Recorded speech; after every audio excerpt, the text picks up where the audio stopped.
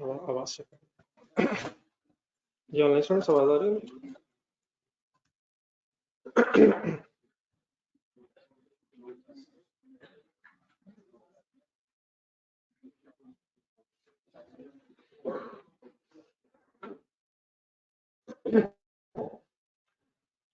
हो गए डिस्ट्रीब्यूट?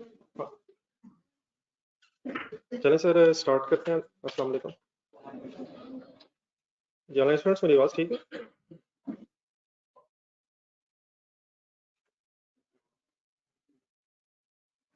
जी सर सब ठीक ठाक है।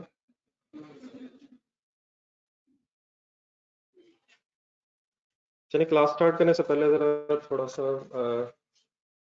एक तो सिलेबस का जरा इंट्रोडक्शन हो जाए। एक फर्स्ट पेज आपके पास है, जरा वो काइंडली सामने रखें। मेरी अजम्पशन ये है कि आप सब PRC से FA1 में आए। वैसे मेरा ख्याल है वो पुराने AFC वाले तो वैसे साहब तो नहीं जिन्होंने वो किसी ज़माने में FC किया था। असल में इसलिए पूछ रहा हूँ क्योंकि उस वक्त अकाउंटिंग नहीं थी। तो अगर आप PRC से आ रहे हैं तो इसका मतलब इंट्रोडक्शन टू अकाउंटिंग तो सबने पढ़ी हुई है ना, बल्कि शायद रिसेंटली भी पेपर्स खत्म हुए। AFC से हैं? नहीं फिर तो माशाल्लाह ज़्यादा पढ़ी होगी ना। अगर इंट्रोडक्शन टू अकाउंटिंग एग्जाम है तो इसका मतलब फिर तो आपको हमसे ज़्यादा अकाउंटिंग आती होगी, फिर तो कोई टेंशन नहीं। वो जो AFC वाले थे ना, जब जिस तरह इस वक्त आपका एक PRC है ना, तो पहले AFC होता था, तो उसमें इंट्रोडक्शन टू अकाउंटिंग थी नहीं। तो वो फर्स्ट टाइम ही बच्चे कैफ में आके अकाउंटिंग पढ़ते थे, तो फिर डेफिनेटली वो तो फिर बेसिक से स्टार्ट करना पड़ता था। तो अब आप लोगों को बेसिक से फिर इसका मतलब आती होंगी ना, कभी लेजर ट्रायल रिवर्ट सुने, वो करना चाहिए काइंडली, बल्कि पेपर्स भी दे दिए होंगे मैक्सिमम लोगों ने। चलो बस इस तरह समझने की जो इंट्रोडक्शन टू अकाउंटिंग है उसी की एक्सटेंशन अब है। इंट्रोडक्शन टू अकाउंटिंग में आपने बेसिक्स पढ़ी हैं, अब उन्हीं बेसिक से ऑनवर्ड्स कुछ नए टॉपिक्स हमने FA1 के सिलेबस में पढ़ना है। फिर FA1 के सिलेबस से आप जब आगे जाएंगे तो फर्दर और एक्स्ट्रा टॉपिक्स आते रहेंगे। तो जो बेस थी वो introduction of accounting means what is the base of accounting. जो डेबिट क्रेडिट है, लेजर बना लिया जाए, ट्रायल बैलेंस बना लिया जाए, ट्रायल बैलेंस से फिर क्या बनता है, फाइनेंशियल स्टेटमेंट्स अगर बना ली जाए। तो हम अकाउंटेंट्स का फाइनेंशियल अकाउंटिंग में यही काम है कि जब कोई ट्रांजेक्शन हो जाती है तो उसे जर्नल में रिकॉर्ड करते हैं, फिर क्या करते हैं, फिर लेजर से बना लेते हैं, लेजर से फिर क्या होता है, ट्रायल बैलेंस बना लेते हैं, फिर ट्रायल बैलेंस अगर बनाओ एडजस्टमेंट्स करके फाइनेंशियल स्टेटमेंट्स बना लेते हैं। तो पहले जो आपने चीज़ें पढ़ी थी वो बेसिक लेवल की थी, अब उसी बेसिक से हमने और आगे चलना है। सिर्फ शायद एक टॉपिक ऐसा जो आपने इंट्रो में पढ़ा और यहाँ भी है, बाकी सब कुछ शायद नया है। IAS 16 आप लोगों ने पढ़ा होगा। क्या था IAS 16? Depreciation, property plant equipment, fixed assets, depreciation word सुना ना, मेथड ऑफ डेप्रिसिएशन। तो वो कुछ बेसिक्स बस हैं, बाकी आप कह सकते हैं कि सब कुछ उससे आगे की चीज़ है। लेकिन FA1 अब कंपैरेटिवली इसलिए मुश्किल नहीं है क्योंकि एक आपकी बेस बनी हुई है। मेरा पर्सनल ओपिनियन ये है कि सबसे पहले खासतौर पर जिन लोगों का पहले कोई अकाउंटिंग का बैकग्राउंड ना हो तो उनके लिए इंट्रो शुरू में काफ़ी टफ हो जाती है। एक नया सब्जेक्ट होता है, उसकी नई टर्मिनोलॉजीज होती हैं, लेकिन अब क्योंकि आपको बेसिक टर्मिनोलॉजीज पता है तो उसी से आगे बस हमने चलना है।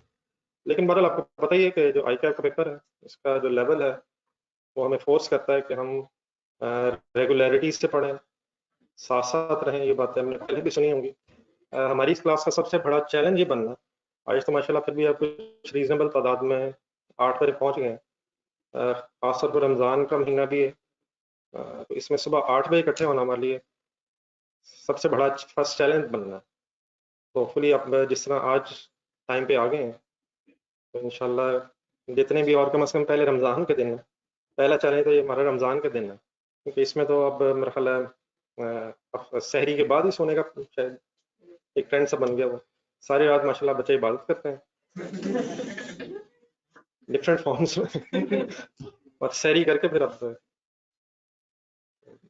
तो सबसे पहले तो अब आपको ये अपना टाइम मैनेज करना पड़ना डेफिनेटली सहरी के बाद अगर आप सोए हैं तो अब सहरी से लेकर अगर इस वक्त तक का टाइम देखा जाए तो इतनी सी नींद से आप अकाउंटिंग क्लास नहीं पढ़ सकते।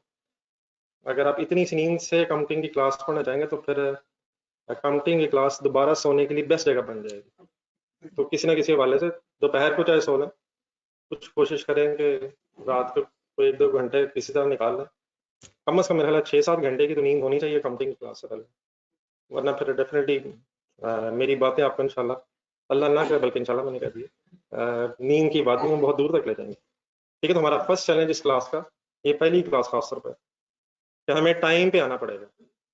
कितने दिन टाइम पे आना पड़ेगा?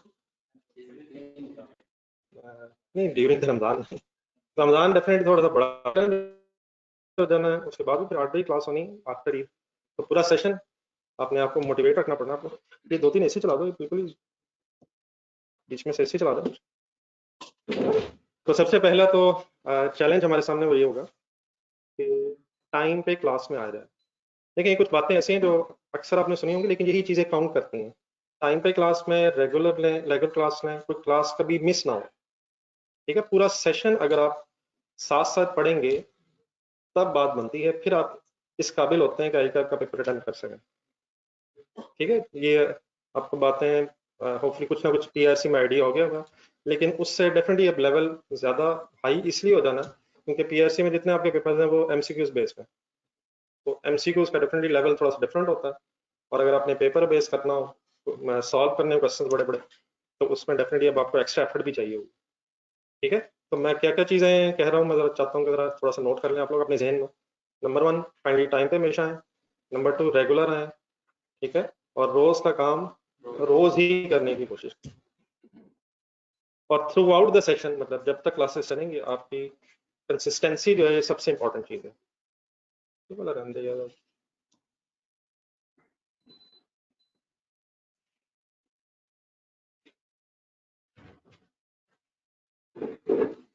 असल प्रॉब्लम तभी बनती है, चीज़ें सारी आपस में लिंक्ड हैं, जितने भी ये टॉपिक्स हैं जिस सीक्वेंस में हम पढ़ेंगे हर टॉपिक का दूसरे के साथ कोई ना कोई लिंक होता है। तो अगर कोई आपका टॉपिक वीक हो तो डेफिनेटली फिर अगला टॉपिक भी क्योंकि उससे लिंक्ड होगा तो बात सही तरह समझ नहीं आती है। सबसे इंपॉर्टेंट चीज़ बहरहाल मैं यही कहूँगा कि रेगुलरिटी इंश्योर करनी है आपने। तो डेफिनेटली आप लोगों को जो फिजिकल क्लास भी ले रहे हैं मेरा ख्याल ऑनलाइन की एक्सेस है शायद, लेकिन वो सिर्फ इसलिए है कि फिर कभी खुदा ना खास्ता किसी वजह से आप क्लास ना ले सकें, वो उस लिए है।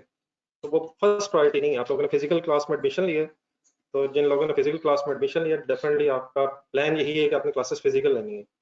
तो वो समटाइम्स होता है कि आहिस्ता आहिस्ता एक जहन में ये आता है कि क्योंकि क्लास की एक्सेस तो है, तो नींद आ रही है अभी रहने देता हूँ, ले लूंगा। वो जो ले लूंगा वाला वो लिया नहीं जाता है, फिर वो अगले दिन भी एक्यूमुलेट हो जाता है।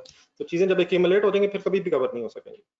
तो अगर खुदा ना खास्ता किसी दिन कोई क्लास रह भी जाए फिजिकल, तो मेरी सजेशन ये होगी कि नेक्स्ट डे जब आपने आना है तो पिछला कवर करके आए। तो जो ऑनलाइन की एक्सेस है वो सिर्फ इसलिए है कि किसी वजह से अगर आप फिजिकल क्लास ना ले सकें तो वो आपका नुकसान ना हो, आप उसे कवर कर सकें। ठीक है, तो आपको फर्स्ट चॉइस नहीं है। और डेफिनेटली जो लोगों ने ऑनलाइन क्लास में एडमिशन लिया है, ये ऑनलाइन क्लास में एडमिशन लेने का मतलब ये है कि आप इस टाइम पे क्लास लेंगे। रिकॉर्डेड क्लास में आपने किसी ने एडमिशन नहीं लिया है। क्या हाल है, ये ऑनलाइन मीन्स रिकॉर्डिंग है? और नहीं, जिन लोगों ने ऑनलाइन क्लास में एडमिशन लिया है वो भी इस वक्त मेरे साथ ऑनलाइन है। ऑनलाइन का मतलब वो जहाँ भी है अपने घर में बैठ के पढ़ रहे हैं। तो रिकॉर्डिंग तो सिर्फ एक लास्ट रिजॉर्ट है, समझ आती है मेरी बात? उसकी क्या बस सिर्फ सिग्निफिकेंस है कि अगर कभी आपकी क्लास रह जाए किसी वजह से, खुदा ना खास्ता इंसान है हम, कोई प्लस माइनस हो ही जाता है, तो उस क्लास रह जाने को कंपनसेट किया जा सके कि आपका नुकसान ना हो। ठीक है, तो मैं बहुत ज़्यादा आप समझाने वाला की बातें नहीं कोशिश कर रहा, मतलब वो सारी बातें जो हमें पता है शायद उनकी एक याद दहानी की बात कर रहा हूँ। ठीक है सर, तो आए ज़रा थोड़ा सा ज़रा सिलेबस को इंट्रोडक्शन सॉर्ट ऑफ मैंने देना, डेफिनेटली चीज़ें नहीं है, मैं चाह रहा हूँ सिर्फ कुछ वर्ड्स कम अज़ कम हमारे सामने जो हमने यूज़ करने हैं बाद में जाके वो सामने आ रहे हैं। तो फर्स्ट पेज काइंडली साथ रखना है। ऑनलाइन स्टूडेंट्स आपके साथ एक पेज शेयर हुआ होगा, फिलहाल स्क्रीन पे भी आपको नजर आ रहा होगा। अच्छा, दूसरा, अपने बुक्स की कोई टेंशन नहीं लेनी है। फिलहाल मैंने आपको एक नोट्स का सेट भी दिया है, तो इंशाल्लाह इस वीक के दौरान में बुक्स अवेलेबल हो जाएंगे तो फिर वो मैं आपको बता दूंगा। तो आपने वो कहाँ से, नीचे से वो नीचे अवेलेबल होंगी टी रूम्स वगैरह में, तो आपने फिर वहाँ से लेनी है। तो फिर वाला आपने किसी बुक की भी टेंशन नहीं लेनी है। इंशाल्लाह सारा स्टडी मटेरियल जो है वो आपको कॉलेज की तरफ से मिलेगा, ठीक है। नोट्स नहीं मिला, ये पेजेस पूरे कर देंगे।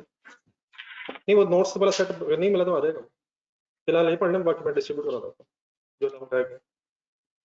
तो आइए सर, एक सबसे पहले तो ग्रिड है, लेकिन उस ग्रिड के नंबर्स को, नंबरिंग को एज इट इज देखने के बजाय नीचे आ जाए जरा, जहाँ लिखा हुआ स्पेसिफिक एग्जामिनेबल। पेन पकड़ लीजिए आप।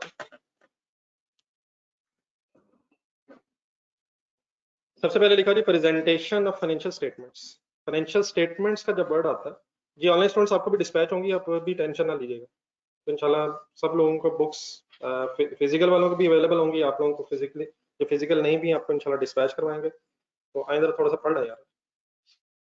फाइनेंशियल स्टेटमेंट्स का जब वर्ड आता है, सुना ना वर्ड सबको, तो इसका क्या मीनिंग होता है? एक तो स्टेटमेंट ऑफ फाइनेंशियल पोजीशन है ना, वो क्या चीज है? Assets, non current assets, current assets, equity, current life. मैं स्टेटमेंट ऑफ फाइनेंशियल पोजीशन पूरी कर रहा हूँ। तो दूसरी स्टेटमेंट कौन सी है आपने बनाई हुई? स्टेटमेंट ऑफ कंप्रिहेंसिव इनकम या स्टेटमेंट ऑफ प्रॉफिट लॉस बोलते हैं। लेकिन मेरा ख्याल है कि शायद आपने थ्योरेटिकली ये जरूर पढ़ा हो कि फाइनेंशियल स्टेटमेंट्स के 5 कंपोनेंट्स होते हैं। बनाए तो आपने 2 ही होंगे उसमें से। कौन कौन से? स्टेटमेंट ऑफ फाइनेंशियल पोजीशन है, स्टेटमेंट ऑफ कंप्रिहेंसिव इनकम, लेकिन 3 और भी हैं। स्टेटमेंट ऑफ कैश फ्लो भी है, statement of changes in equity भी है, और फिर नोट्स भी। तो अपने हाथ से जरा लिखें। ये जो 2 स्टेटमेंट्स हैं ये भी हमने बनानी है, जो पहले बनाई हुई है उसको और डिटेल में बनाना, लेकिन जो बाकी 3 है ये भी हमने बनानी सीखनी है इस FR1 में। तो what are the components of financial statements? Statement of financial position, अगर एब्रीविएशन फॉर्म में लिख लो समझ आएगा। Statement of financial position, statement of comprehensive income,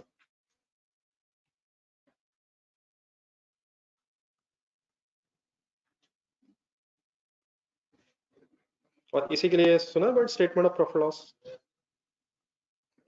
कुछ तो मान लो यार। बाकी statement, statement of changes in equity, उनके पूरे पूरे नाम लिख लो। अब ये क्या होती है, डेफिनेटली इंशाल्लाह इनको बनाना सीखेंगे, इनका क्या कॉन्सेप्ट है। ये जरा दरवाजा बंद कर देंगे। Statement of changes in equity, equity word सुना कभी? क्या होता है इक्विटी?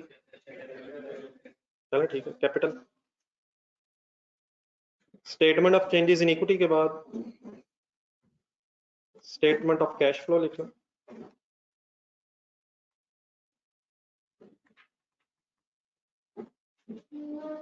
बाकी ये नई चीज है आपके लिए, फिर इनका फॉर्मेट क्या होता है, क्यों बनती हैं, कैसे बनती हैं, ये फिर इंशाल्लाह लंबी बहस है। और फिर फाइनली एक नोट्स टू फाइनेंशियल स्टेटमेंट्स। ये ठीक है, यही है मेरा ख्याल, मैंने कहा कुछ यही है शायद। तो जरा काइंडली एक दफा लिख के जरा बोलना जरा, what are the 5 financial statement components?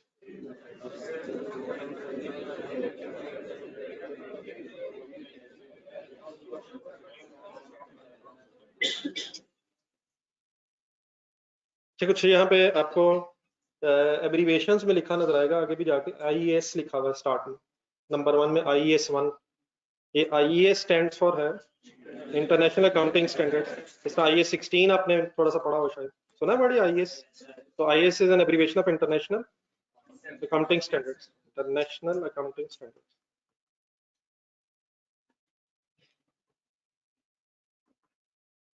तो ये जितनी अब अकाउंटिंग पढ़ेंगे आप FA1 से ऑनवर्ड्स, FA2 में ऑनवर्ड्स, ये सारी कुछ स्टैंडर्ड्स की बेस पे। तो इंटरनेशनल अकाउंटिंग स्टैंडर्ड्स की एक एब्रीविएशन है IAS, और उसमें फिर डिफरेंट नंबरिंग के साथ डिफरेंट अकाउंटिंग एरियाज के स्टैंडर्ड्स हैं। मसलन प्रॉपर्टी प्लांट एंड इक्विपमेंट का ट्रीटमेंट किस स्टैंडर्ड में बताया हुआ है? IAS 16। इसी तरह शायद इन्वेंट्रीज पढ़ा हो, IAS 2 सुना हो। तो IAS 2 इन्वेंट्री, जिस अकाउंटिंग हेड के लिए जो स्टैंडर्ड है फिर उसका साथ एक नंबरिंग हुई है। तो IAS 1 में फाइनेंशियल स्टेटमेंट्स की प्रिपरेशन है, बाकी अब आगे पढ़ते जाए, मैं साथ साथ थोड़ा थोड़ा बताता रहता हूँ, आइडिया देता रहता हूँ। IAS 7 है जी स्टेटमेंट ऑफ कैश फ्लो, फिर changes in accounting policy, accounting estimates, फिर IAS 8 है, मैं सिर्फ नाम बोल रहा हूँ जो नई चीजें। प्रॉपर्टी प्लांट इक्विपमेंट कुछ वही है जो आपने पहले पढ़ा हुआ, लेकिन आपने पहले IAS 16 का भी बस थोड़ा सा पोर्शन पढ़ा हुआ, उसमें बहुत सी और डिटेल्स भी हैं, तो वो आपके सिलेबस में FA1 में भी हैं। मींस IAS 16 कंप्लीट अब आपके सिलेबस में। आपने एक वर्ड सुना होगा, कैरिंग अमाउंट, सुना है कभी वर्ड, या WDV? कैसे कैलकुलेट होती है? हाँ जी, कॉस्ट माइनस एक्यूमुलेटेड डेप्रिसिएशन। लेकिन आपने जो पहले पढ़ा वो सिर्फ ये है कि प्रॉपर्टी प्लांट वाली इक्विपमेंट वाली जो आइटम्स हैं, प्रॉपर्टी प्लांट एंड इक्विपमेंट में जो लैंड, बिल्डिंग, मशीनरी वगैरह है, इसे कॉस्ट पे मेजर किया जाता है और फिर इसकी डेप्रिसिएशन माइनस करके इसकी कैरिंग अमाउंट या WDV कैलकुलेट कर ली जाती है। लेकिन उसका एक ऑल्टरनेट वे भी है, वो भी अब आपके सिलेबस में है। वो क्या है, फिर वो इंशाल्लाह जब IAS 16 डिटेल में शुरू करेंगे तो डिस्कस करेंगे। इस तरह मेरे एक IAS 20 है। अब डेफिनेटली बीच में रैंडम है, रैंडम मीन्स है सारे IAS अभी आपके सिलेबस में नहीं है। जो यहाँ नहीं है वो FA2 में है, और फिर जो FA2 में भी नहीं है वो फिर जब आप फाइनल में जाएंगे, जब आप आर्टिकल्स के दौरान फाइनल के पेपर्स आएंगे तो बाकी अकाउंटिंग स्टैंडर्ड्स फिर वहाँ है। तो इनमें से कुछ आप इस तरह से शायद कहना फिलहाल आपके लेवल पे कंपैरेटिवली जो आसान स्टैंडर्ड है फिलहाल, इस वक्त तो नहीं इंशाल्लाह आपको आसान लगेंगे, लेकिन जब आप FA1 कर लेंगे तो ये इंशाल्लाह आसान लगेगा। फिर जब FA2 में जाएंगे तो ऐसा ऐसा इंसान जैसे जैसे आगे चलता रहता है, होपफुली पिछली चीज़ें आसान लगनी चाहिए। मसलन अगर मैं आपसे पूछूं कि मशीनरी की काउंटिंग एंट्री क्या है, प्लीज यार बता दीजिए यार। अगर मशीनरी खरीद ली है तो इसकी काउंटिंग एंट्री तो पता है ना सब आपको। लेकिन जब जिन लोगों ने अकाउंटिंग नहीं पढ़ी हुई थी, जिनका मेडिकल या इंजीनियरिंग वगैरह का बैकग्राउंड था, मेजोरिटी का यही होता है शायद, तो उन लोगों को डेफिनेटली ये भी समझने के लिए कि एसेट भी कुछ होता है, फिर वो बढ़ता भी है, एक कम भी हो जाता है। उस जमाने में काफी आपने इन चीजों में टाइम लगाया होगा कि क्या बढ़ रहा है क्या कम हो रहा है, लेकिन अल्लाह करे वो बहुत गुजर गया हो। देन उसके बाद सर लिखा हुआ IAS 23 बोरिंग कॉस्ट, फिर इम्पेयरमेंट का एक कॉन्सेप्ट है, इन्वेस्टमेंट प्रॉपर्टी है, फिर कंसेप्चुअल फ्रेमवर्क, ये भी नई चीज है, EPS है, नॉन प्रॉफिट ऑर्गेनाइजेशन से स्टैंडर्ड है। सिलेबस बहरहाल बहुत ज्यादा है, पहले दिन से लेकर लास्ट डे तक सीरियस होना पड़ना, ठीक है। ICAP को आपको पता है, लेकिन बहरहाल एक चीज है अंडरस्टैंडिंग डेवलप, अंडरस्टैंडिंग लेना। अब आपके लिए क्योंकि बेस बनी हुई है, तो उस बेस से जब आप FA1 पढ़ रहे हैं, इंट्रोडक्शन टू अकाउंटिंग की बात कर रहा हूँ, तो डेफिनेटली आपको समझने में मुश्किल नहीं होगा। मीन्स फॉर एग्जांपल अगर कोई भी एसेट है वो इंक्रीज हो रहा है तो उससे आप डेबिट ही होना है, आई होप सबका पता है। अगर लायबिलिटी बढ़ी उसने मतलब मीन्स उसने क्रेडिट ही होना, तो ये बेसिक सब सेम है। लेकिन इन्हीं बेसिक्स से हमने आगे चलना, तो अंडरस्टैंडिंग में इशू नहीं है, लेकिन प्रैक्टिस में टाइम लगता है। फिर खुद से क्वेश्चन कैसे अटेम्प्ट करना है, उसमें टाइम मैनेजमेंट का इशू आते हैं। तो ये चीजें अब आपको साथ साथ चलना पड़ेगा। मुश्किल सिर्फ तभी होगा, बार बार शायद रिपीट करूंगा, क्योंकि मेरे नजदीक इशू यही है, मुश्किल सिर्फ तभी बनेगा अगर आपकी रेगुलरिटी नहीं होगी। अगर किसी तरह से आप अपने आप को डेली बेसिस पे मोटिवेट रखें पढ़ाई के लिए, और आखिरी दिन तक जब तक सिलेबस कवर ना हो कंसिस्टेंटली आए, कंसिस्टेंटली पढ़ें, देन कोई इशू नहीं। इशू बनता है जब कोई एक छुट्टी होती है, नेक्स्ट डे जब आप क्लास में आते हैं तो पिछला क्योंकि समझ नहीं आ रहा था, अगला भी सही समझ नहीं आता, फिर वो एक और दिन खुदा न खासा किसी वजह से इधर होगा, पूरा टॉपिक खराब हो गया। फिर उस टॉपिक की चीजें जब अगले टॉपिक में आती हैं वो अगला टॉपिक भी खराब हो गया। तो जब चीजें एक्यूमुलेट हो जाती हैं तो फिर डेफिनेटली मुश्किल होता है। तो प्लीज फर्स्ट आपकी प्रेफरेंस हमेशा फिजिकल क्लास है। जिन लोगों ने फिजिकल एडमिशन लिए ना ले सकें तो अगले दिन क्लास में आने से पहले पहले कोशिश करें कि जो पिछली क्लास में हो चुका है उसकी रिकॉर्डेड फैसिलिटी का यूज करके कवर करके आया जाए, ठीक है। याद रहेंगी मेरी बातें? एनी कंफ्यूजन जी मेरी किसी बात में?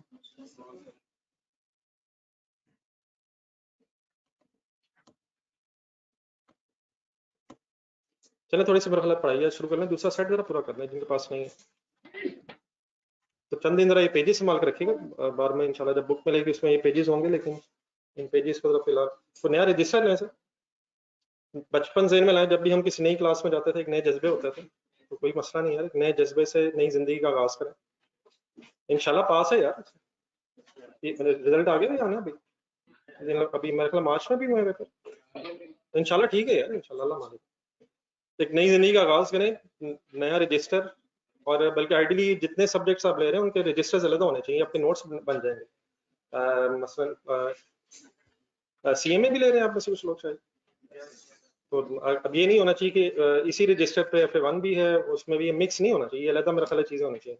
तो आज से ये डिसीजन लें, कैलकुलेटर्स के बगैर अकाउंटेंट्स का कोई फायदा नहीं है।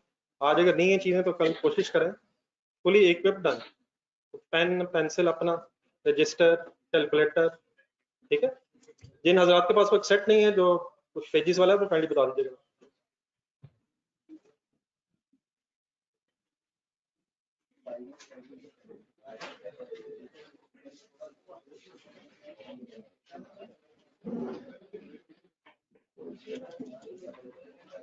ये इस तरफ भी चला दो यार। हाँ, ये थोड़ी देर चला दो सारे, ये तो काफी हब्स हुआ है। ये वाला बस रहना तो बाकी चला दो।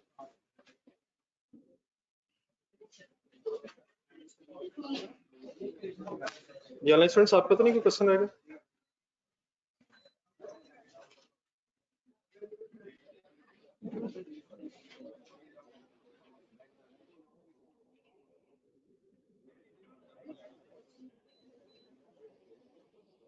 ये ऑनलाइन स्टूडेंट्स आपका तो नहीं कोई क्वेश्चन?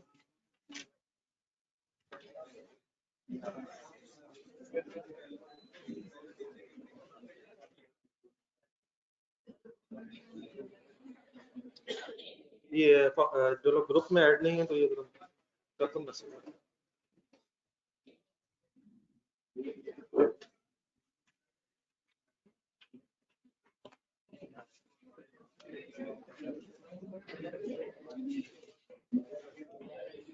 चलिए सर, ये स्टार्ट कर लेते हैं वहीं से, बेसिक से को स्टार्ट करते हैं। प्रॉपर्टी प्लांट इक्विपमेंट्स की डिस्कशन से स्टार्ट करेंगे। और आज जरा जो पहले आपने पढ़ा हुआ है थोड़ा सा उसको समराइज फॉर्म में जरा रिवाइज कर लेते हैं। पेन हाथ पर रख लें, नोट सामने रख लें, बाकी बातें साथ साथ सुनते रहें। जो चीजें आप महसूस करें एक्स्ट्रा लिखने वाली वो साथ नोट करते रहिए। चलिए बिस्मिल्लाह पढ़ें, लेट्स स्टार्ट। ये प्रॉपर्टी प्लांट इक्विपमेंट की एक डेफिनेशन लिखी हुई है, पढ़ें जरा, पढ़ के देखें याद आती। These are those word by word name है tangible items। बेटा प्लीज आवाजें खत्म करें। नहीं मतलब अगर पढ़ने की बात है वो ठीक है, मतलब आपका सारी बात। टेंजिबल क्या होता है जी?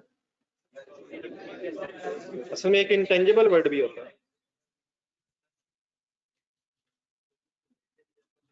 इंटेंजिबल आइटम्स भी होती हैं, वो अभी आपके सिलेबस में तो नहीं, वो एक अलग स्टैंडर्ड है। ऐसी चीजें जिनकी फिजिकल एग्जिस्टेंस है, जो फिजिकली एग्जिस्ट करती हैं वो टेंजिबल है, और जो फिजिकली एग्जिस्ट नहीं करती वो इंटेंजिबल है। मसलन उसकी एक आसान सी एग्जांपल इंटेंजिबल्स की, आपके मोबाइल में सॉफ्टवेयर हैं, होते हैं मोबाइल में डिफरेंट सॉफ्टवेयर हैं। तो अगर मैं आपसे कहूँ जरा वो मुझे सॉफ्टवेयर निकाल के जरा दे दें, आप शायद शेयर कर सकते हैं वो, लेकिन हमें नजर नहीं आएगा शेयर होते हुए। होता है वैसे सॉफ्टवेयर, लेकिन उसकी फिजिकल एग्जिस्टेंस नहीं है। लेकिन प्रॉपर्टी प्लांट इक्विपमेंट में जो आइटम्स हैं ये कौन सी हैं? ये जिनकी फिजिकल एक्सिस्टेंस है। कोई एग्जांपल्स आती हैं जहन में?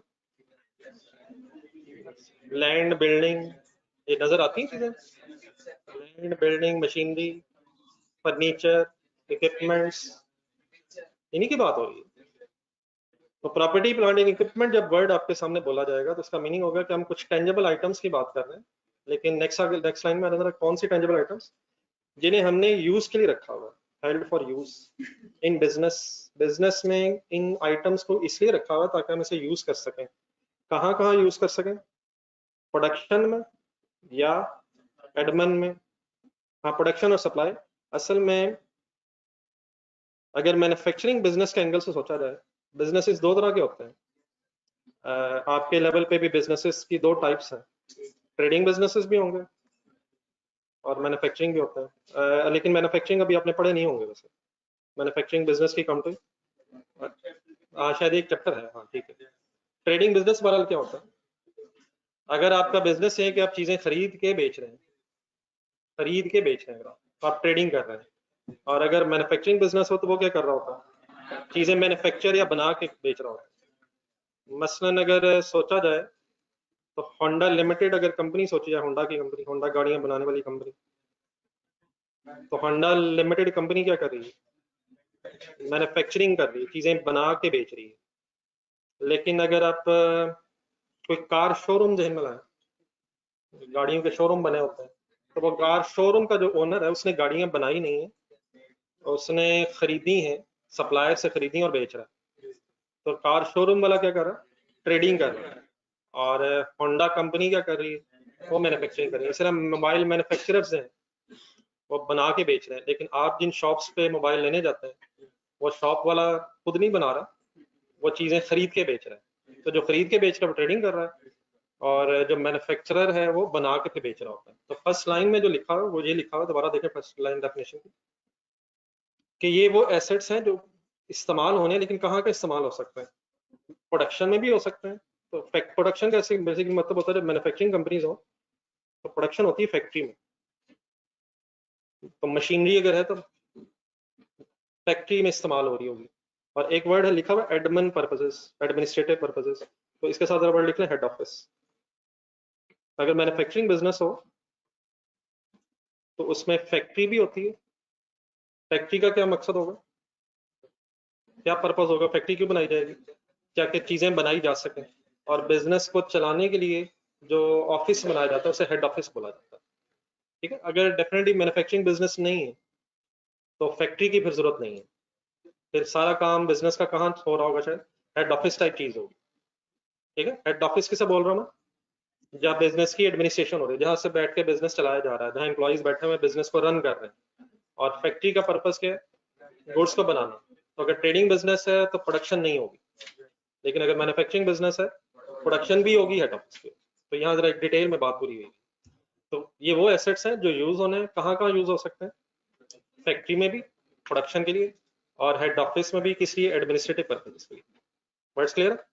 असल में अगर आपका बिजनेस हो कि आप मशीनें खरीद के बेच रहे हैं, मशीन खरीद के बेच रहे हैं, ट्रेडिंग बिजनेस है, लेकिन वो जो मशीनें आपने खरीदी हैं क्या प्रॉपर्टी प्लांट एंड इक्विपमेंट है, वो हेल्ड फॉर सेल है, तो वो इन्वेंट्री है। अगर मशीनें खरीदी हैं ताकि आप उसे बेच सकें तो फिर वो प्रॉपर्टी प्लांट इक्विपमेंट नहीं है, फिर वो इन्वेंट्री। अगर आप गाड़ियां खरीद रहे हैं बेचने के लिए तो वो आपकी गुड्स है, इन्वेंट्री है, स्टॉक है, उसे IS2 अप्लाई होगा। लेकिन अगर आपने गाड़ी खरीदी है इस्तेमाल के लिए, मशीनरी खरीदी है इस्तेमाल के लिए, फर्नीचर खरीदा है इस्तेमाल के लिए, तो फिर वो चीजें क्या बन जाएंगी, प्रॉपर्टी प्लांट इक्विपमेंट बन जाएंगी। तो ये कौन सी चीजें हैं जो हेल्ड फॉर यूज है, हेल्ड फॉर सेल नहीं है। अगर हेल्ड फॉर सेल है तो ये चीजें क्या बन जाएंगी, समझ आती है मेरी बात। अगर बिल्डिंग्स खरीद के बेचना आपका बिजनेस है तो प्रॉपर्टी प्लांट इक्विपमेंट नहीं है। लेकिन अगर आपने बिल्डिंग इसलिए खरीदी है ताकि आप उसे अपने बिजनेस में यूज कर सकें तो फिर वो प्रॉपर्टी प्लांट। तो हेल्ड फॉर सेल इन्वेंट्री की तरफ चले जाएंगे हम, और अगर हेल्ड फॉर यूज है तो फिर प्रॉपर्टी प्लांट इक्विपमेंट। तो these are those tangible items which are held for use. लेकिन कहाँ कहाँ हो सकती है हेल्ड फॉर यूज, प्रोडक्शन और हेड ऑफिस, फैक्ट्री में भी हो सकती हैं, हेड ऑफिस में भी हो सकती हैं। तो अंडरस्टैंडिंग डेवलप करने को, ऐसा रट्टा लगाने की जरूरत नहीं है। बात समझ आ रही है मेरी। और सेकंड लाइन में है कि सेकंड इसकी इंपॉर्टेंट कैरेक्टरिस्टिक क्या है कि इनकी useful life is more than one accounting. ठीक है, तो property plant equipment items are those items which are number one held for use and number two they have a useful life of more than 1 year। अगर ये दोनों चीजें हो जाएं तो फिर ये आइटम्स कहलाएंगी प्रॉपर्टी प्लांट इक्विपमेंट। इनका फिर हम करेंगे क्या, जब इन्हें खरीदेंगे तो इन्हें कैपिटलाइज करेंगे। सुना है कभी वर्ड, कैपिटलाइज करने का मतलब होता है एज एन एसेट डेबिट करेंगे। अगर मशीनरी खरीदी है हेल्ड फॉर यूज तो उस मशीनरी को कॉस्ट पे डेबिट करेंगे, और सब्सिक्वेंटली फिर जो उसकी यूजफुल लाइफ होगी उस पर उसे डेप्रिशिएट भी करेंगे। तो what is the basic treatment of property plant and equipment, these items are, these are नहीं, वो डेफिनेशन तो होगी ना। अब इनका करेंगे क्या, अगर कोई आपने मशीनरी ले ली है, कोई बिल्डिंग ले ली है, हेल्ड फॉर यूज है, मोर देन 1 ईयर के लिए है, अब इनका ट्रीटमेंट क्या करेंगे, हम इन्हें एज एन एसेट डेबिट करेंगे। Asset as an asset debit करने का मीनिंग मैं क्या बोल रहा हूँ, या उसके लिए वर्ड क्या बोल रहा हूँ, कैपिटलाइज करेंगे। सुना कभी वर्ड, कैपिटलाइज करने का मतलब एज एन एसेट डेबिट करेंगे, और सब्सिक्वेंटली फिर जो उसकी यूजफुल लाइफ होगी उस पर उसे कोई सिलेक्ट करके मेथड जो भी पढ़ते हैं उस पर फिर इसकी डेप्रिसिएशन चार्ज करेंगे। तो नेक्स्ट सेंटेंस मेरे ख्याल लिखा होगा, मैंने उसी को बोला था, these items are, these assets are capitalized and then depreciated over their useful life। Clear हो गया।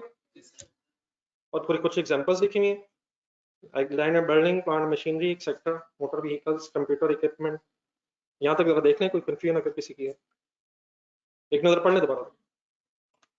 इंशाल्लाह बहुत ज्यादा तंग नहीं करूंगा, लेकिन मेरे ख्याल को स्टार्ट तो कर लेते हैं, ठीक है ना। वैसे पढ़ाई से मेरे ख्याल तंग होते भी नहीं है, अगर ना पढ़ाया जाए फिर आप तंग होते हैं। आपकी बात ही हो रही है ना।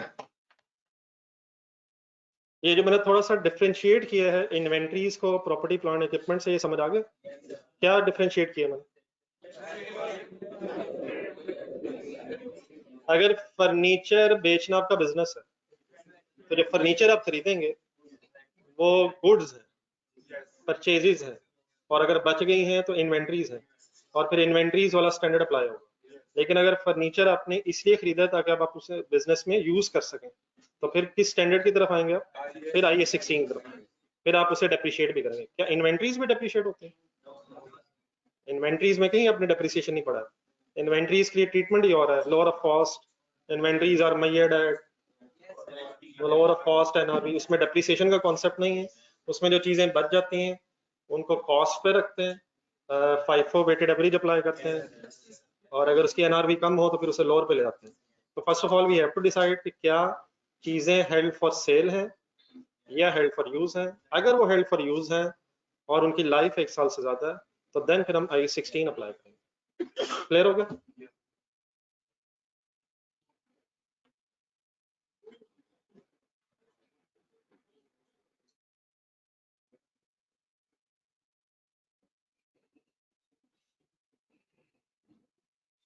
देन जरा कुछ और डेफिनेशंस कवर कर लें, फिर मेथड्स पे आता है। आपस में बड़ा काइंडली अगर डिस्कशन अवॉइड करें जरा, अगर कोई कंफ्यूजन है तो, या कोई मैं डिफरेंट बात कर रहा हूँ जो नहीं समझ आ रही तो मुझसे पूछ लें, ऐसे फिर डिस्टर्बेंस हो रही है। सीधी हवा पड़ी, अगर आपसे रिक्वेस्ट करूँ क्योंकि जरा गर्मी हो जाएगी, अगर आप आगे आ जाए, मतलब वो डायरेक्टली हवा पड़ी सी वजह से प्रॉब्लम। थोड़ा सा अगर जिनको डायरेक्ट हवा लग रही है वो जरा इधर आ जाए, ये 2 चेयर्स इधर खाली, आप भी आ रहे। नहीं वो बंद करूँगा तो आपके सामने थोड़ी सी जरा गर्मी सी होगी थी, मैंने इसलिए चलाया। तो अगर डायरेक्ट है तो डेफिनेटली अवॉइड कीजिएगा, क्योंकि डायरेक्ट अभी शायद इतना मौसम भी गर्म नहीं है। चले इधर ये कंप्लीट करने आ गया। नेक्स्ट लिखा है डेप्रिसिएशन की एक डेफिनेशन। कंसंट्रेशन सुने मेरे वर्ड्स। लिखा ये है depreciation is the systematic allocation of depreciable amount of an asset over its useful life। जरा तेजी से बोलें क्या डेफिनेशन लिखेगी।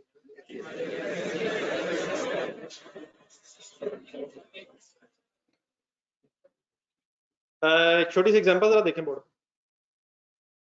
लेट्स अज्यूम एक मशीनरी आपने खरीदी है, फॉर यूज है, उसकी कॉस्ट है let's assume 1 lakh.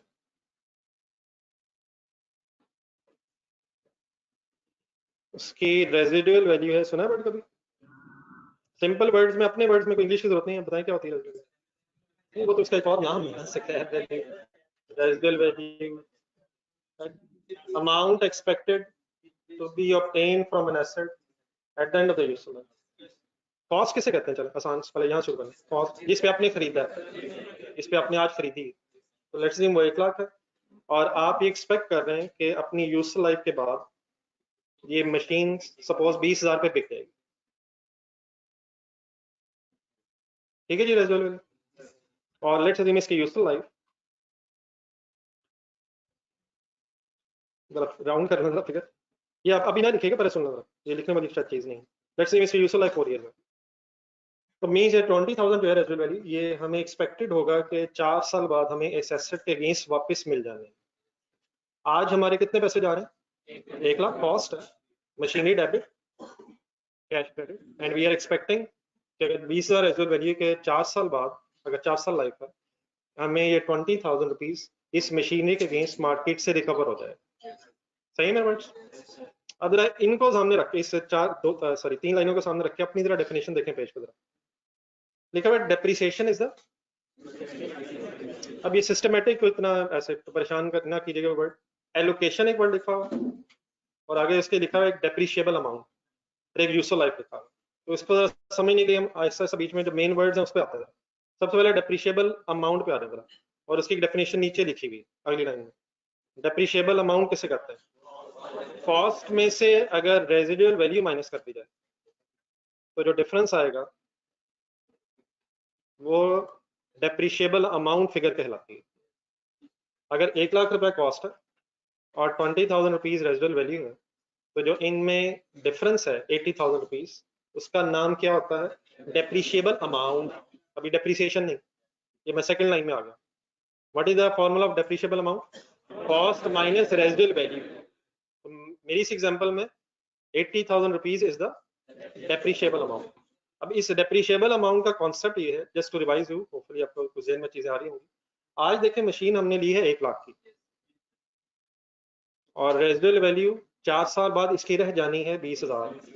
It means 1 lakh वाला एसेट 4 साल बाद 20,000 का अगर रह गया है, तो इसका मतलब इसने 4 सालों में 80,000 रुपया कम हो जाना।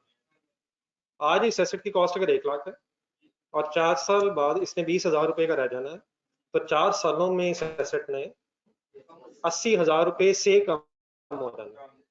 तो जो टोटल इसने एसेट ने कम हो जाना है अपनी लाइफ में, जो टोटल अमाउंट, जिस टोटल अमाउंट से इस एसेट ने अपनी यूजफुल लाइफ में कम हो जाना है, वो है डेप्रिशिएबल अमाउंट। लेकिन जब मैं इस डेप्रिशिएबल अमाउंट को यूजफुल लाइफ पे डिवाइड कर दूंगा, क्या कर दूंगा, डेप्रिशिएबल अमाउंट को यूजफुल लाइफ पे डिवाइड कर, ईयर वाइज डिवाइड कर दूंगा, क्या मैं कह सकता हूँ कि 80,000 4 सालों की डेप्रिसिएशन। डेप्रिसिएशन वैसे सिंपल मीनिंग क्या है, एसेट ने बढ़ना है कम होना, डेप्रिसिएशन कम होना। तो 4 सालों में अगर 80,000 से इसने कम होना है, और मैं इस 80,000 को ईयर वाइज कैलकुलेट कर लूं कि हर साल इसने कितना कितना कम होना है, तो वो जो हर साल जितने जितने से कम होना है इसने, वो जो ईयर वाइज अमाउंट आएगी वो फिर डेप्रिसिएशन आएगी। तो डेप्रिसिएशन मींस एलोकेशन ऑफ, पढ़े बढ़ जरा, allocation of depreciable amount over useful life. अगर हम डेप्रिशिएबल अमाउंट को यूजफुल लाइफ पे एलोकेट मींस डिवाइड कर दें, तो वो जो डिवाइडेड अमाउंट आएगी that will be called as depreciation. ठीक है, अब उसके अगेंस्ट होपफुली सबने जरा देखा है डाटा, तो आपको एक आसान सा मेथड तो जरूर ज़हन में आ गया होगा। अगर 80,000 है, 80,000 क्या है, डेप्रिशिएबल अमाउंट है, 4 साल है, तो सिंपली अगर ईयर वाइज से डिवाइड करना है तो क्या कर सकता मैं, डेप्रिशिएबल अमाउंट डिवाइड बाय अगर 4 कर दूंगा तो फिगर आ सकती है सर। लेकिन सिर्फ इसका बेटा यही मेथड नहीं है, इस एलोकेशन के लिए, किस एलोकेशन के लिए, डेप्रिशिएबल अमाउंट को यूजफुल लाइफ पे एलोकेट करने के लिए 5 अभी हम मेथड्स देखेंगे। यकीनन सबसे सिंपलेस्ट मेथड होपफुली सबके ज़हन में आ गया होगा। अगर मैं सिंपली 80,000 को डिवाइड बाय 4 कर दूंगा तो ये जो फिगर आ जाएगी, सबको सॉल्व कर लेंगे सब, कितना आ जाएगा, ये जो 20,000 आ जाएगा, इसे मैंने पर एनम क्यों लिखा है, नहीं असल में 80,000 डिवाइड बाय 4, तो ईएस से डिवाइड किए, तो ये जो अमाउंट आई है हर साल की डेप्रिसिएशन की अमाउंट आ गई। तो डेप्रिसिएशन जो है वो फिर ईयर वाइज कैलकुलेट हो जाती है। तो डेप्रिशिएबल अमाउंट मीन जो टोटल डेप्रिसिएशन चार्ज होनी है उसकी बात हो रही है यूजफुल लाइफ में, और अगर आप उसे ईयर वाइज यूजफुल लाइफ पे एलोकेट कर देंगे तो then that amount is called as depreciation. तो what is the difference between, अपने वर्ड्स में, what is the difference between depreciable amount and depreciation. Depreciable amount क्या चीज है, कैलकुलेट नहीं, चीज क्या है, एसेट ने जितने से टोटल कम होना है यूजफुल लाइफ में, दैट इज डेप्रिशिएबल अमाउंट, और ईयर वाइज जितने जितने से कम होना है दैट इज डेप्रिसिएशन। तो आई होप कि मेरी बात को समझ आ गई। तो दोनों डेफिनेशन जरा दोबारा फाइनल कर लें। What is first definition of depreciation, and allocation of depreciable amount over the useful life. And अगर हमें कैलकुलेट करना पड़ जाए, what is the calculation, what is the formula to calculate depreciable amount, cost minus residual value. लेकिन साथ जरा bracket में लिखना, ये बताती क्या है फिगर, ये सारा एक मीनिंग लिखना, it is total depreciable amount बता रहा हूँ, डेप्रिशिएबल अमाउंट के साथ लिख रहा हूँ, total depreciation over the useful life.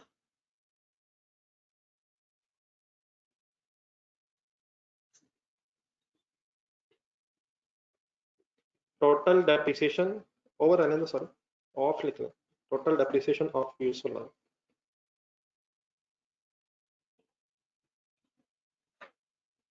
Useful life में टोटल एसेट कितने से डेप्रिशिएट होना है, दैट इज डेप्रिशिएबल अमाउंट, और हर साल कितने कितने से होना है, दैट इज डेप्रिसिएशन।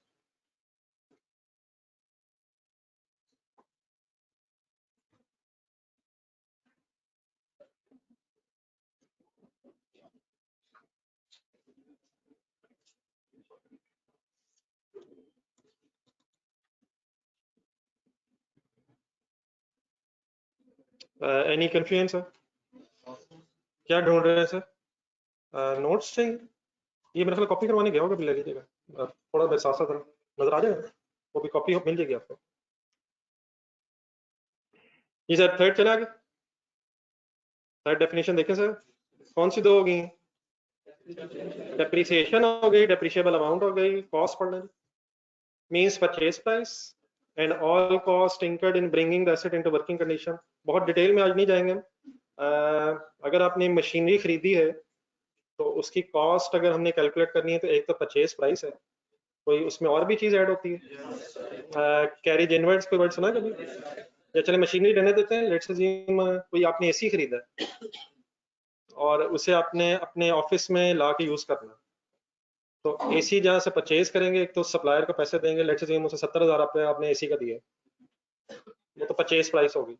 लेकिन अब उस एसी को आपने उसकी शॉप से अपने ऑफिस लाना है, तो ये जो कैरिज कॉस्ट होगी ये भी उसकी कॉस्ट में ऐड हो जाएगी। इसे क्या बोलते हैं? कैरेज इनवर्ड, इसमें ऐड हो जाएगा। फिर इसकी जो इंस्टॉलेशन होगी, इसके अगर वायरिंग होगी, तो इस एसी को वर्किंग कंडीशन तक लाते लाते जितनी कॉस्ट इंकर होगी वो सारी उसकी परचेज प्राइस में प्लस होकर टोटल कॉस्ट बनेगी, कैपिटलाइज हो जाएगी। है थोड़ा सा आइडिया? तो लेट्स अज्यूम, अगर चंद एक बात वैसे अज्यूम बोलें कि क्या क्या ऐड होगा, तो purchase price plus carriage plus installation wiring वगैरह, इंशाल्लाह टेस्टिंग वगैरह वगैरह सुना होगा तो इंशाल्लाह बाद में बात करते हैं। तो means cost doesn't means purchase price only, cost means all other amounts which are incurred to bring the asset into working condition।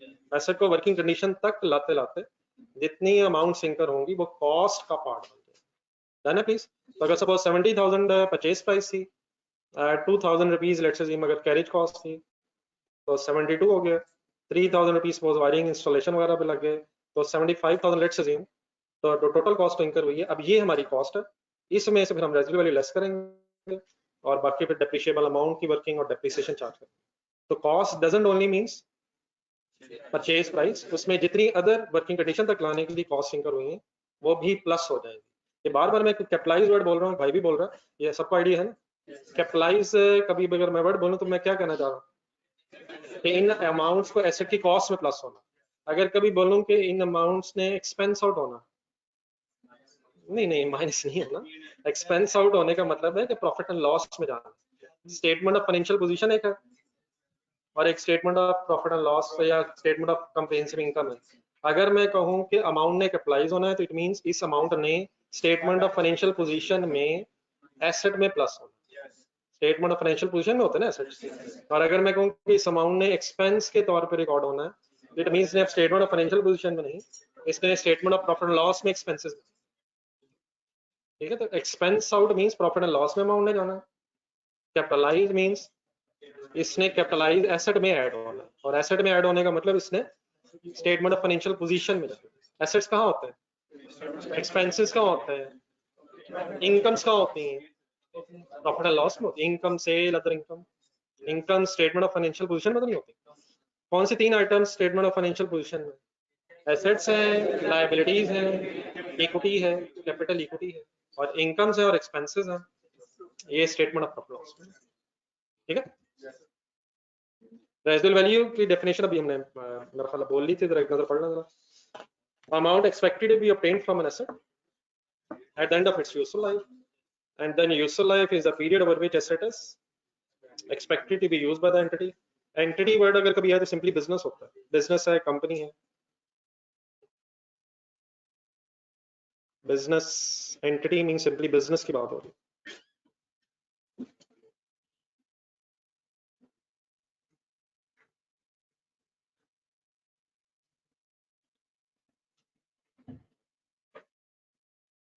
Any confusion sir?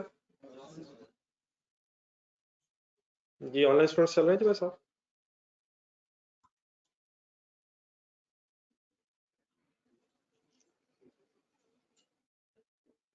चलिए कुछ मेथड्स रिवाइज करें यार, ये मैंने रिवाइज वर्ड बोला, मेथड्स पढ़े मैंने सबने।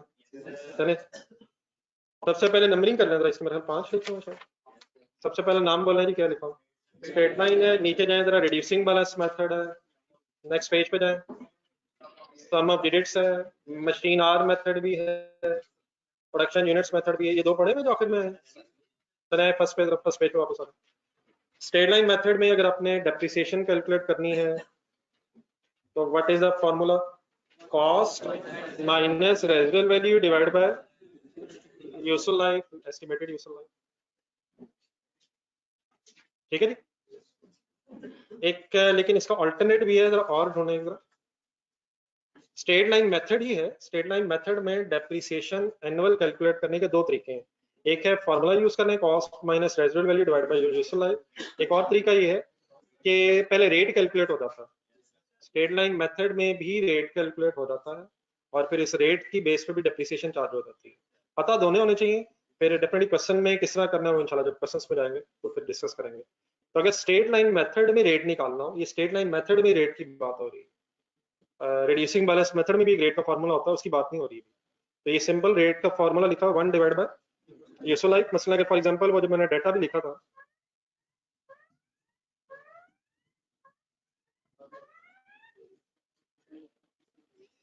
डाटा मैंने जो एक लिखा था वो जरा आप भी नोट करने में, जो मैंने 3 चीजें लिखी इसी पेज के स्टार्ट पे कहीं ऊपर नोट कर लेंगे, इसी को बेस बना के थोड़ी सी जरा डिस्कशन और कर लेते हैं। ये तो मैंने 3 चीजें लिखी थी, cost, residual value, useful life. Page के स्टार्ट पे लिखा ऊपर।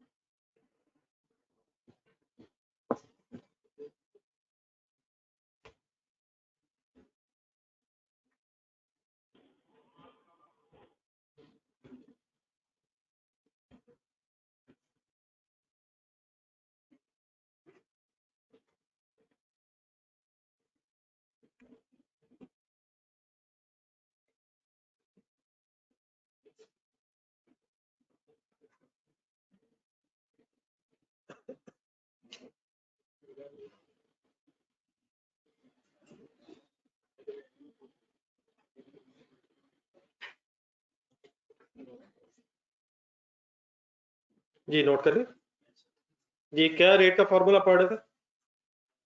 पढ़े इधर अपने नोट्स में देखो। तो एक तो वे क्या था, अभी ये जो वर्किंग हमने 20,000 पर एनम की, ये तो फॉर्मूले से की हुई है। कॉस्ट 1 लाख थी, माइनस 20,000 रेजिडुअल वैल्यू थी, डिवाइड बाय 4, तो 20,000 पर एनम तो फॉर्मूले से स्ट्रेट लाइन मेथड की फिगर आ गई है। अल्टरनेटिवली अगर रेट से वर्किंग करनी हो तो 1 डिवाइड बाय यूजफुल लाइफ 4 है और मल्टीप्लाइड बाय 100 है। रजिस्टर रख लें, साथ साथ छोटी छोटी वर्किंग्स कर लें। वैसे तो मेरे ख्याल है, लेकिन चलें जरा एक्सप्लेन हो जाएगा थोड़ा, पेज के ऊपर मेरे ख्याल मुश्किल हो जाएगा। एक्सप्लेन कर लें, एक्सप्लेन कर। 1 डिवाइड बाय 4 के लिए मैंने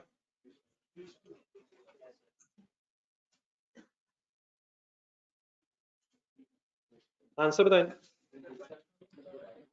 स्ट्रेट लाइन मेथड में रेट की बेस पे भी वर्किंग कर ली जाती है, लेकिन अगर रेट निकालना पड़ जाए गिवन ना हो तो क्या तरीका है? 1 divide by useful life, 25% rate आ गया, वर्किंग करें जी, सॉल्व किया। अब अगर रेट आ जाए तो रेट की बेस पे वर्किंग कैसे करनी है डेप्रिसिएशन की? सुनना प्लीज जरा, just to recall. First year की डेप्रिसिएशन निकालनी हो, मशीनरी की परचेज के बाद फर्स्ट ईयर की डेप्रिसिएशन नहीं। अब अगर रेट है तो नहीं बेटा, कॉस्ट आपके जहन में रिड्यूसिंग आ रहा है, तो मैं वही जानबूझ के वर्किंग कर रहा हूँ रिड्यूसिंग बैलेंस मेथड में बार बार, क्योंकि रेट अक्सर हम रिड्यूसिंग में निकालते हैं। ये स्ट्रेट लाइन किस वक्त बात हो रही है? अगर स्ट्रेट लाइन मेथड में रेट से अपने वर्किंग करनी है तो हर साल आपने डेप्रीशिएबल अमाउंट से रेट लगाना। डेप्रीशिएबल अमाउंट किसे बोला मैंने? Cost minus residual value, means उससे वर्किंग करेंगे 80,000 कैलकुलेट हो जाएगा ना ब्रैकेट में, तो 80,000 माइनस 25%, क्या आंसर आएगा? सॉल्व करो यार, वही 20 है। कॉस्ट से नहीं, कॉस्ट से नहीं, रिड्यूसिंग नहीं, प्लीज मिक्स करें, रिड्यूसिंग बाद में। अभी बात किसकी कर रहा हूँ प्लीज? स्ट्रेट लाइन मेथड में अगर रेट हो भी तो हर साल रेट किससे लगना है? डेप्रिशिएबल अमाउंट से। मींस ईयर 2 में भी अगर आपने वर्किंग करनी है सेकंड ईयर में तो सेकेंड ईयर में भी वर्किंग कैसे करनी है? Depreciable amount multiplied by rate. Answer same ही आएगा चाहे आप फॉर्मूले से करें या रेट से करें। स्ट्रेट लाइन मेथड में आंसर सेम ही आएगा, लेकिन अगर रेट से कर रहे हैं स्ट्रेट लाइन मेथड में तो हर साल रेट ने डेप्रिशिएबल अमाउंट से मल्टीप्लाई होना है। आपके जहन में प्लीज जो बार बार आ रहा है वो अभी आ रहा है, वैसे आ भी रहा है कि नहीं, मैं खुद ही सोच रहा।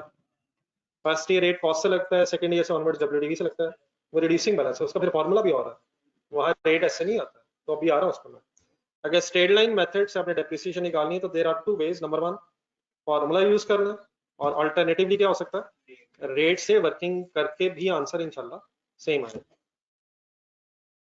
Any confusion finally? चले आगे।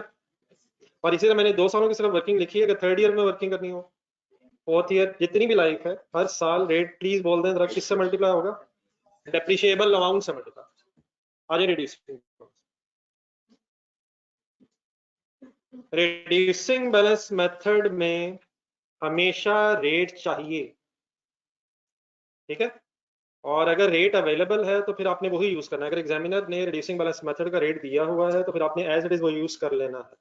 लेकिन अगर रेट ना दिया हो तो फिर रिड्यूसिंग बैलेंस मेथड में रेट कैलकुलेट करने का फॉर्मूला पड़ेगा। मेरे वर्ड समझ आ गए प्लीज? अगर एग्जामिनर रिड्यूसिंग बैलेंस मेथड में रेट दे दे तो आपने उसे काट के अपना रेट नहीं कैलकुलेट करना है, एज इट इज यूज करना है। लेकिन अगर ना हो और रिड्यूसिंग बैलेंस मेथड हो तो फॉर्मूला देख के बोले, ये मेरे ख्याल आपके बार बार जेन में आ रहा था, what is the formula of reducing balance method, rate calculate करने का। बोले क्या लिखा हो, 1 माइनस एन है, एन ढूंढने क्या नीचे लिखा हुआ यूजफुल लाइफ के लिए है, फिर स्क्वायर रूट है, S stands for residual value है, स्क्रैप वैल्यू, रेजिडुअल वैल्यू, और डिवाइड बाय कॉस्ट। जरा अपने हाथ से थोड़ा सा और एक्सप्लेन करना जरा, और फिर ब्रैकेट क्लोज हो जाएगी इनटू 100। फॉर्मूला जहाँ लिखा उसके साथ जरा थोड़ा सा बड़ा सा करके लिखे हो, मतलब छोटा सा हो गया। 1 माइनस एन, बोले फॉर्मूला देखकर एन क्या चीज है, यूजफुल लाइफ है, फिर स्क्वायर रूट है, और residual value divide by cost है। जिनके पास कैलकुलेटर से करनी रिवाइज कर लीजिएगा वर्किंग। याद है कैसे फार्मूला अप्लाई होता था? वो सेम डाटा जरा यूज करवाएं जरा, वो जो मैंने अभी 3 लाइनें ऊपर लिखवाई थी डाटा में, उसी को अगर बेस बनाओ रेट निकालने के लिए तो 1 माइनस एन क्या लिखो, for residual value 20,000 divide by 1 lakh into 100। Finally solve करके दिखाएं जरा, सबको आंसर आता है कि नहीं। ये लास्ट लाइन वाले भी जरा सॉल्व करके जरा बताएं फिर, और हर बंदा ही अपने आप को लास्ट लाइन में समझेगा।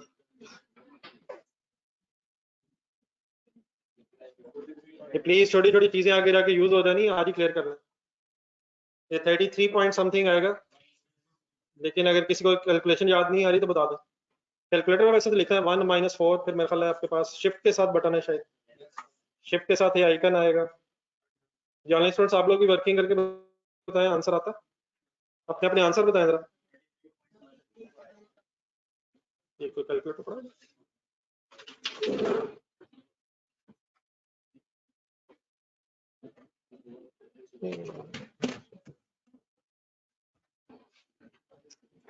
डियर क्लास में मेरे भाई बैठे हैं, आगे आगे नहीं कैलकुलेटर, नहीं आगे तो आपको ही कहना और किसको कहना। साथ में सॉल्व कर लिया? नहीं कल मैं इसलिए पूछ रहा हूँ तरह जरा आइडिया हो रहा है कि वर्किंग याद आ गई है। वर्किंग याद है तो कर लें, भाई से कैलकुलेटर ले, ये काइंडली कैलकुलेटर दीजिएगा। नहीं 1 मिनट, ये कितने लोगों से वर्किंग नहीं हुई है? Answer 33 point. जी ब्रैकेट एक पूरी है, नहीं बेटा इसका मेरा ख्याल इतना भी कुछ अलग करने की जरूरत नहीं है।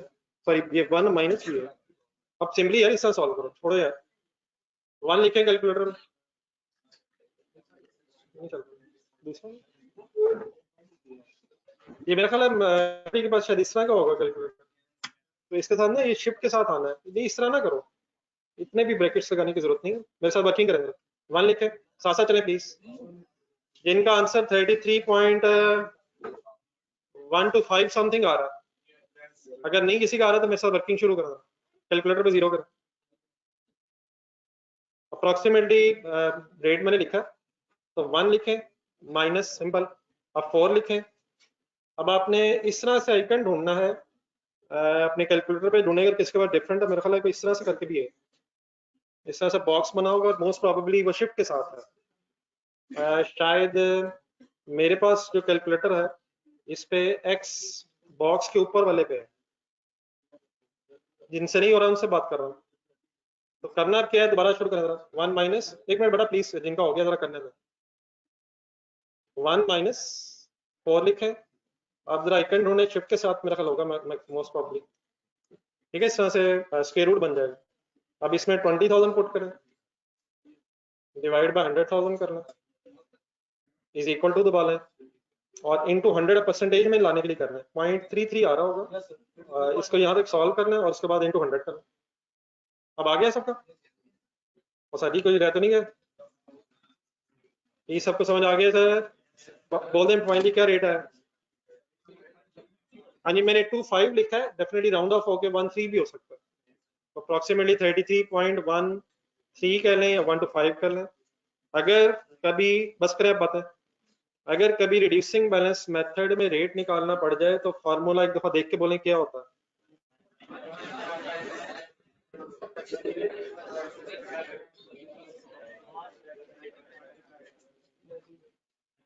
देन फिर अब इससे रेट का किया क्या जाता है, मेरा ख्याल है वैसे जरा डिस्कस कर लेते हैं, इंशाल्लाह वर्किंग्स कल करेंगे। फर्स्ट ईयर रेट अब कॉस्ट से मल्टीप्लाई होगा, और सेकेंड ईयर से ऑनवर्ड्स रेट, मेरा ख्याल है 2 सालों की वर्किंग लिखा है, फर्स्ट 2 ईयर्स की कम से कम वर्किंग में चलती है। ये सेम डाटा अगर यूज करें तो फर्स्ट ईयर में डेप्रिसिएशन कैसे आएगी, रिड्यूसिंग बैलेंस मेथड में फर्स्ट ईयर रेट कॉस्ट से ही लगना है without deducting residual value. Reducing balance method में रेजिडुअल वैल्यू लेस नहीं करनी, वो रेट में ऑलरेडी कंसिडर होगी। फार्मूले में जब रेट की वर्किंग हुई है तो रिड्यूसिंग बैलेंस मेथड में रेजिडुअल वैल्यू ऑलरेडी कंसिडर हो चुकी है, तो आपने अब simply first year rate cost से लगाना। 33.125 लिखा है, 13 किया लोगों ने, चले 1 to 5 कोई नहीं, अगर थोड़ा सा डिफरेंस आ जाए तो वो राउंड ऑफ करने की वजह से आ रहा है। तो अप्रोक्सीमेटली मेरा ख्याल है 33,000, 1 to 5 बन जाएगी फर्स्ट ईयर की डेप्रिसिएशन। सेकेंड ईयर में जरा बता दें कैसे वर्किंग करूं, एक मिनट लिखने से पहले बता दें। नहीं ये क्या है जो माइनस होता है, बल्कि इसमें अगर एक सेकंड जरा रुकिएगा, एक कॉलम बना लें जरा, और एक डेप्रिसिएशन का कॉलम बनाना है और उसके बाद एक एक्यूमुलेटेड डेप्रिसिएशन लिखना है। ठहर जाइए बेटा प्लीज, आवाजें नहीं है वापस में, कंप्लीट साइलेंस। ये 2-3 कॉलम्स बोल के बना लें। ये एक्यूमुलेटेड डेप्रिसिएशन का मीनिंग पता क्या मतलब होता है? मीनिंग एक्यूमुलेट टोटल डेप्रिसिएशन, और लास्ट कॉलम में जरा डब्ल्यूडीवी वर्ड लिख लें। डब्ल्यूडीवी किसको कहा मैंने? Return down value.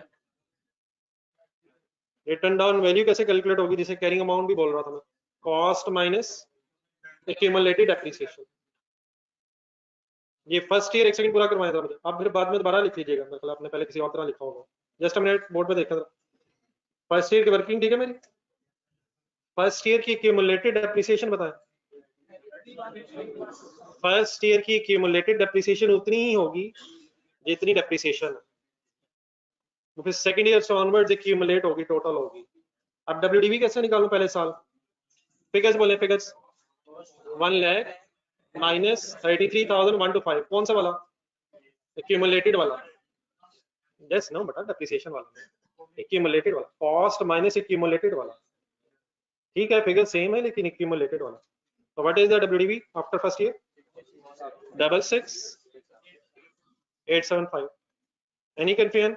जिन लोगों को क्लियर है प्लीज बाकी को चांस दें, परेशान शक्लें बैठी मेरी तरह की। क्लियर है सर?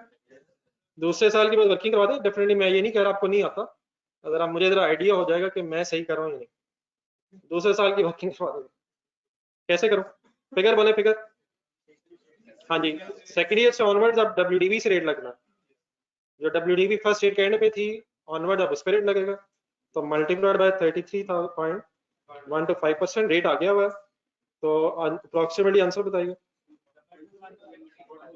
22,153, बस राउंड ऑफ कर लें रुपीज में, पता है ना राउंडिंग ऑफ, रुपीज में राउंड ऑफ कर लें। एक्यूमुलेटेड बता दें कैसे फिगर आएगी, सब बोल दें, सब फिगर बोल दें। 33,000 1 to 5 जो डेप्रिसिएशन थी और प्लस 12,215 क्यूमुलेट होके टोटल बता दो 55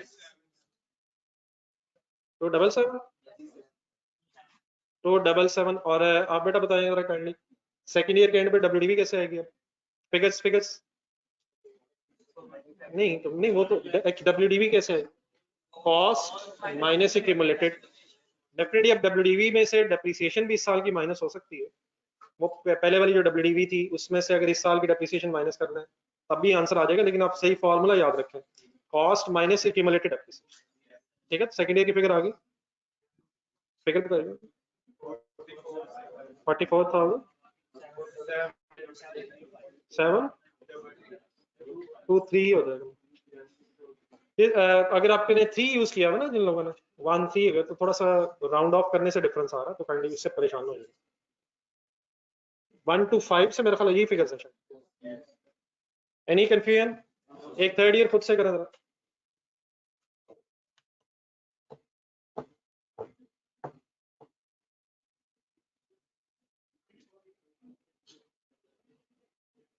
बताइए दोनों डेप्रिसिएशन को प्लस करके फिगर आएगी एक्यूमुलेटेड डेप्रिसिएशन का मीनिंग होता है एक्यूमुलेटेड डेप्रिसिएशन का मीनिंग होता है कि जो डेप्रिसिएशन चार्ज हो चुकी है उसका टोटल कर लो तो ये दोनों सालों की जो डेप्रिसिएशन है उनको प्लस करके फिगर आ रही है first year and second year और इसी तरह जब थर्ड ईयर में आप लोग जाएंगे तो पहले तीनों सालों की डेप्रिसिएशन जितने साल गुजर गए उनकी डेप्रिसिएशन को प्लस करके क्यूमुलेटेड डेप्रिसिएशन करते हैं ठीक है क्लियर होगी डब्ल्यूडीवी की कैलकुलेशन समझ आ गई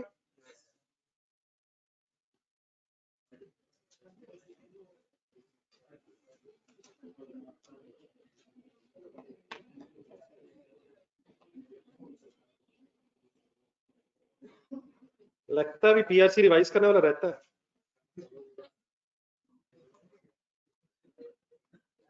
ये थर्ड ईयर की डेप्रिसिएशन फिगर बोल दे फिगर स्टार्टिंग नहीं figures calculation 44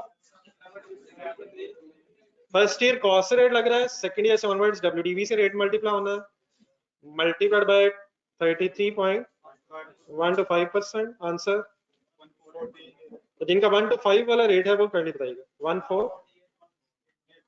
14815 approximately round of करके एक्यूमुलेटेड फिगर आएगी कैसे अब दो तरीके हो सकते हैं दोनों गौर से सुने तीनों डेप्रिसिएशन प्लस करना है ऑल्टरनेटिवली क्या हो सकता है सेकंड ईयर की क्यूमुलेटेड ढूंढना जरा 55277 ये 2 साल की ऑलरेडी क्यूमुलेट होगी हुई है इसमें अगर थर्ड ईयर की प्लस कर लेंगे तब भी फिगर आ सकती है लेकिन हमारा एक्यूमुलेटेड मींस क्या है एक्यूमुलेटेड डेप्रिसिएशन मींस जो टोटल डेप्रिसिएशन चार्ज हो गई है होनी है तो जितने ईयर्स गुजरते रहेंगे उन सब ईयर्स की डेप्रिसिएशन को प्लस करके क्यूमुलेटेड फिगर आ रही है बताइएगा आंसर 70092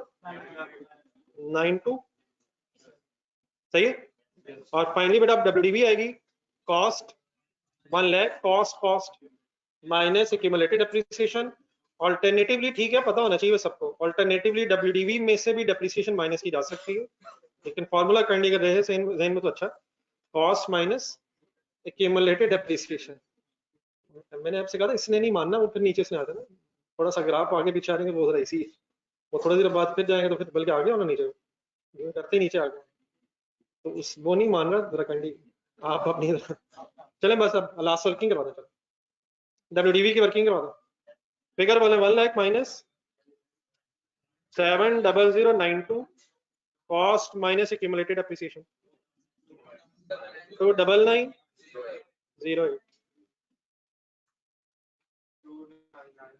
अप्रोक्सीमेटली 29908 लेकिन जिन लोगों ने वो रेट में 3 लिखा हुआ आपके वो रुपीज में डिफरेंस आ रहा होगा तो प्लीज उससे ना परेशान होइएगा राउंड ऑफ करने की वजह से रेट की वजह से डिफरेंस आ रहा है तो what is the finally concept of residual reducing balance method अगर रेट ना हो तो रेट का फॉर्मूला जरा मेरी तरफ देख के बोलना 1 minus n under root residual value divided by cost नहीं मेरी तरफ देख के बोल रहा था ना अपने साथ में और अगर रेट निकाली आपने तो फर्स्ट ईयर रेट कॉस्ट से मल्टीप्लाई होगा और सेकेंड ईयर से ऑनवर्ड्स WDV से मल्टीप्लाई होगा और WDV means cost minus accumulated depreciation and accumulated depreciation means total depreciation that has been charged. एक छोटा सेंटेंस लिखेंगे इधर. Accumulated depreciation means ना करें प्लीज नहीं करें.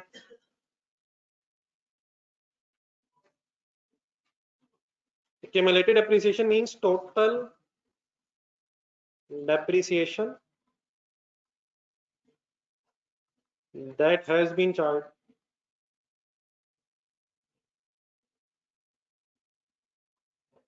मीन्स अगर 2 साल गुजरे हैं तो 2 सालों में जो डेप्रिसिएशन चार्ज हो गई है उन्हें प्लस कर लें. हैज बीन चार्ज, जो टोटल डेप्रिसिएशन चार्ज हो चुकी है उसे प्लस कर लें तो एक्यूमुलेटेड डेप्रिसिएशन आ जाएगी. 5 साल बाद अगर ये वर्किंग कर रहे होंगे तो 5 सालों में जो चार्ज हो गई है उसे प्लस कर लें. थर्ड ईयर के एंड पे अगर करना है तो 3 साल जो गुजर गए मीन्स उसे जो ईयर्स गुजर गए हैं उनकी डेप्रिसिएशन को प्लस कर लेंगे तो फिगर है एक्यूमुलेटेड. भारत स्टिल मेरी किसी बात में आप कंफ्यूज रह गई हो? Total depreciation sorry that has been charge. Depreciation charge का क्या मतलब है? Charge expense record. Depreciation expense है. Depreciation expense. तो total depreciation that has been expensed out. Charge का मतलब जैसे हमने एक्सपेंस रिकॉर्ड कर लिया, एक्सपेंस्ड आउट. क्या मतलब एक्सपेंस्ड आउट? ये वर्ड्स यूज होते हैं, सही क्लियर होना चाहिए. प्रॉफिट एंड लॉस में चार्ज कर चुके हैं, एक्सपेंस को प्रॉफिट एंड लॉस में चार्ज कर चुके हैं, एक्सपेंस रिकॉर्ड कर चुके हैं. Capitalise means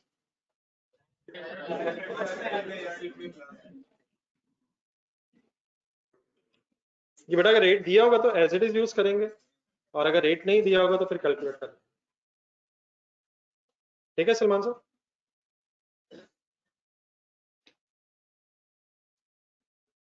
any other confusion? चले नेक्स्ट पेज में 3 रह गए तो आज लेके मैं रहने दे. कुछ ज्यादा ही पढ़ ली शायद हमने.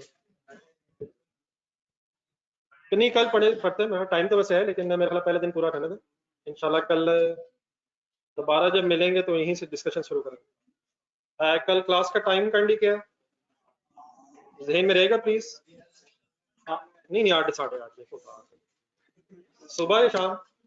अगर इस तरफ आ रहे हैं तो वो भी डिफरेंस क्रिएट हो सकता है. तो जिस टाइम पे आज सब तो नहीं खा रहा है लेकिन काइंडली जो टाइम आपको क्लास का बेटा पता है उसी टाइम पे सब आए, रेगुलर आए. इंशाल्लाह कल से फिर गेम ऑन है. अल्लाह हाफिज. इंशाल्लाह कल मुलाकात होगी. कैलकुलेटर्स पेन अपने अपने रजिस्टर सब कुछ कल अवेलेबल होना चाहिए. ठीक है ऑनलाइन स्टूडेंट्स, इंशाल्लाह फिर कल मुलाकात होगी.